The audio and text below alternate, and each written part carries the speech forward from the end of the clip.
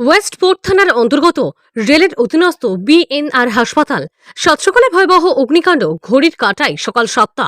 হাসপাতালের চক্ষু বিভাগের ওটিতে থাকা এসি থেকে ধোঁয়া বেরোতে দেখা যায়।